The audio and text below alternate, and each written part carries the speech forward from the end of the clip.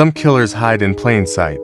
They walk among us, smiling, blending in. But behind their eyes lies something darker, something twisted, something we can't even begin to understand. This documentary isn't about the bloodshed, the screams, or the horror. It's about the minds behind the madness, about the men who, for reasons only they understand, chose to take lives, to rape and destroy. Richard Ramirez, Ed Kemper, and David Parker Ray.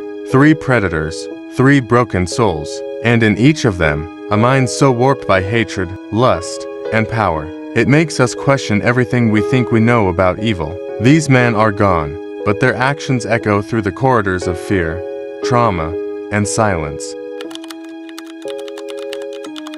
Edmund Emil Kemper III didn't kill for pleasure, he killed for power, and he raped not for sex, but for silence, control, and the illusion of love. Kemper's mind was a twisted machine built from rejection, childhood violence, and a sickening need for domination. He grew up with a mother who hated him. She locked him in a basement for looking at his sister's wrong. She told him no woman would ever love him. So, he made love to corpses instead. She would sit there and say, "You're just like your father. You're evil. You're a worthless piece of shit." And I believed her. His first victims were hitchhikers, young women, students. He charmed them into his car, make them feel safe, then pull over, pull a gun and turn into the executioner. As I'm sitting there with a severed head in my hand, talking to it, or looking at it, and I'm about to go crazy, literally. I'm about to go completely flywheel loose and just fall apart. I would sit in the car with their dead bodies for hours. I didn't want them to be gone. I didn't want them to leave me. Kemper didn't rape while they were alive. That required emotion, eye contact, connection. And Ed couldn't handle that. He only raped after they were dead. Living women scared me, but a dead woman can't judge you. A dead woman can't laugh at you. A dead woman is mine. In his twisted mind, sex with corpses was love that wouldn't reject him. And every time he strangled, mutilated, and violated a body, he was killing his mother all over again. She was a kid about swallowing an eyeball. It's a weird trip. Got tired of doing the old fantasies and decided to make them real. There's nothing to cut somebody's head. But I had done that, and I decided, no. She's pretty, I want her to teach me. That's so pissed in society. What was the first feeling? Because I haven't gotten the analogies and stuff yet. First time, 2 girls. First time sensitive. That was my front speaking. On the facade. I have to appear sane to everybody. The first girl had very large, beautiful, light blue eyes. Huge.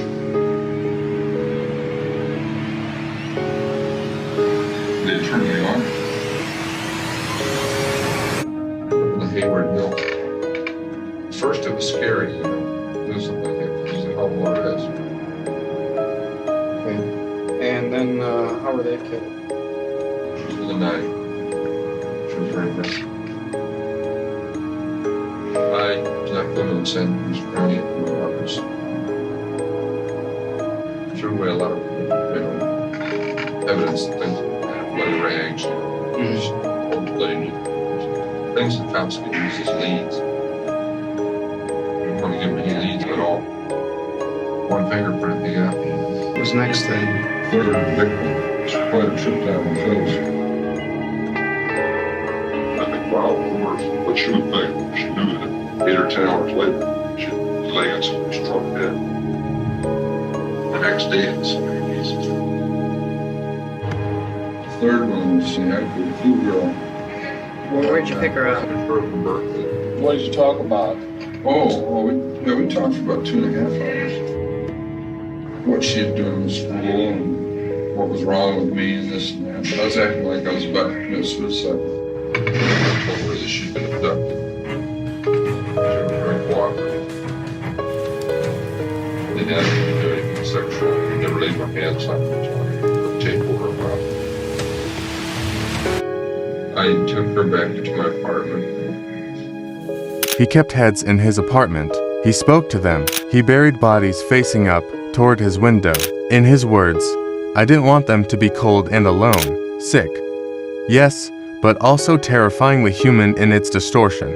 And when he finally murdered his mother, he made it personal. At that time, you started getting weird ideas, Yeah, weird dreams, strange fantasies about my mother. such as what? See, resentment started building up. So there was a big love-hate conflict that started building up between us. What were the fantasies you had about? I think it was back then I started this whole fantasy about being able to kill the world if I prayed to him. I just decided that I had such a rapport with God. If I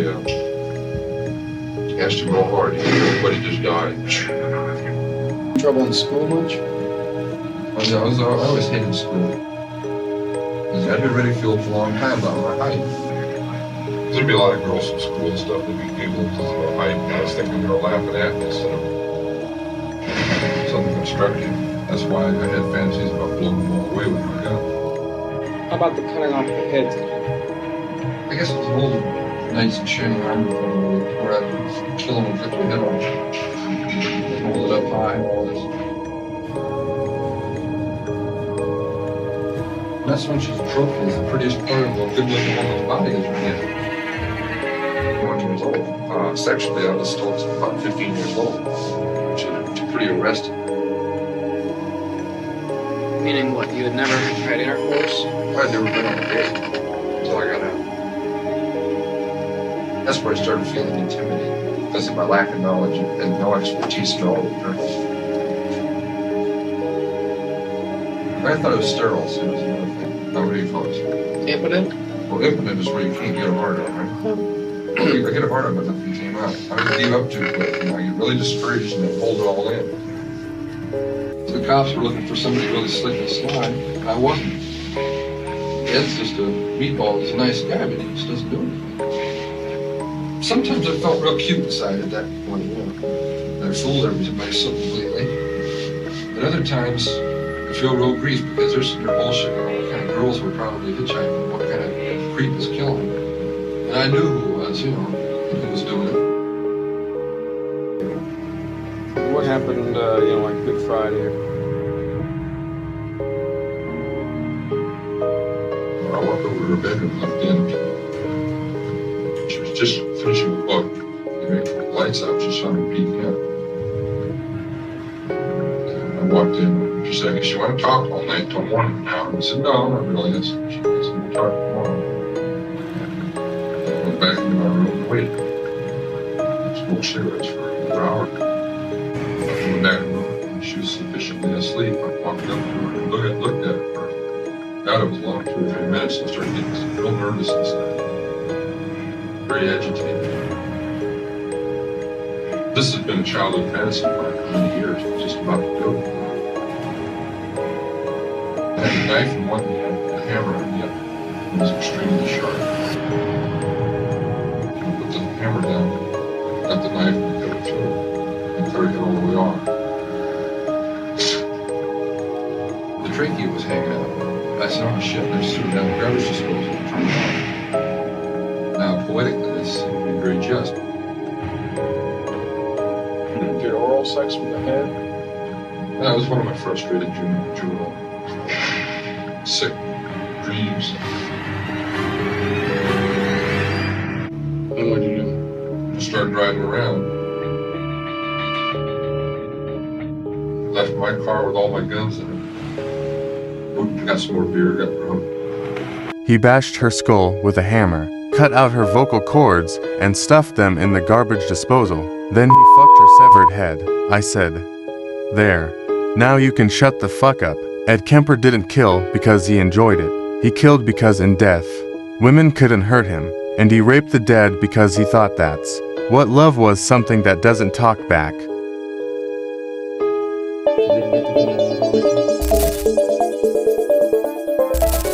counted 10 in this 2 miles. Things contribute to In the summer of 1985, Los Angeles stopped sleeping because Richard Ramirez was awake. And when Ramirez was awake, someone was being raped, stabbed, shot, or mutilated. He crept into houses at night like a shadow. No pattern, no type. He'd slit a man's throat, then rape his wife beside the corpse, or shoot a father, then molest their 8-year-old daughter in the other room. I love to kill people. I love watching them die. I gave up on love and humanity a long time ago. He carved pentagrams into victims' flesh, left satanic messages on the walls in blood, told kids he was the devil's friend. Sometimes, he let them live as messengers. Hail Satan, he whispered in court, smirking. You maggots make me sick. Things contribute to a person's frustration and anger. At some point in life, he explodes. Why on earth would you have hurt those people? Why did you kill those people? No comments. They are desires, whereas if I didn't give in to them, I would be crushed by them. I believe in the evil in human nature. I'm not going to blame society, my race, or people, or anything. It is up to the individual like myself to keep on knocking on whatever door they want to get into. As far as Satan is concerned, I believe that, malevolent being. His description eludes me, but I have felt powers that are evil.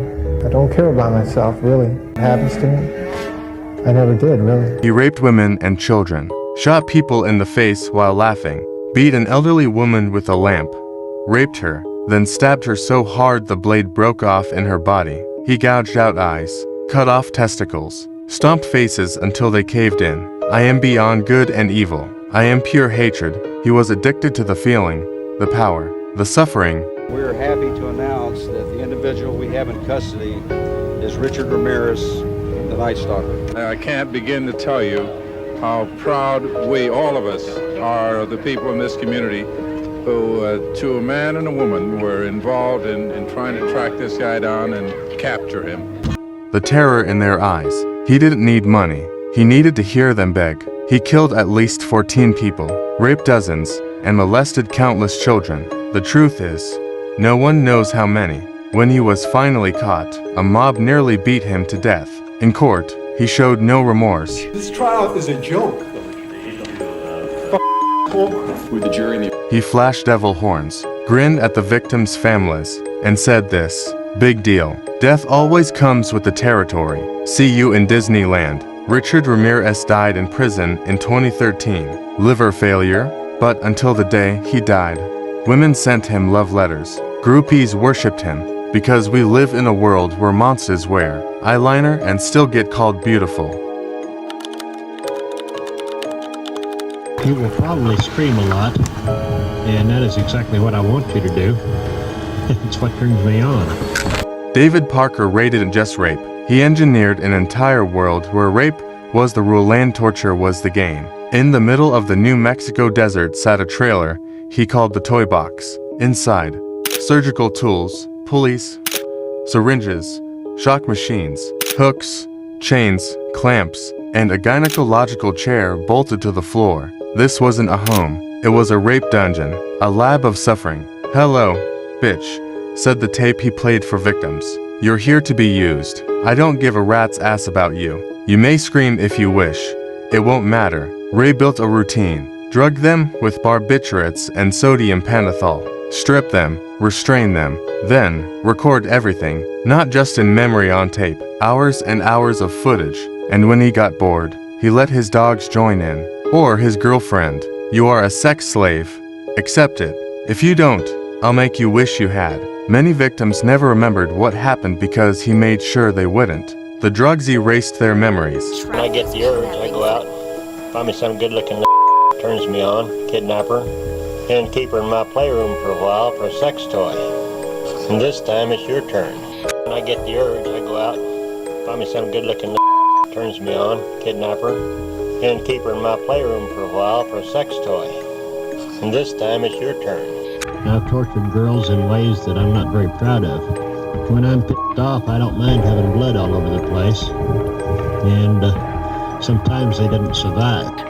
The police didn't believe them. Ray admitted to raping and torturing over 50 women, but he might have killed many. No bodies were ever found. They were animals, he wrote. I did what I wanted. I owned them. When one woman escaped, she was naked, bleeding, with a metal collar around her neck. She ran miles through the desert. That's how the world finally discovered the toy box. In court, Ray showed no emotion, no apology. He died of a heart attack before sentencing. He never served a single day. Richard Ramirez, with his obsession with Satan.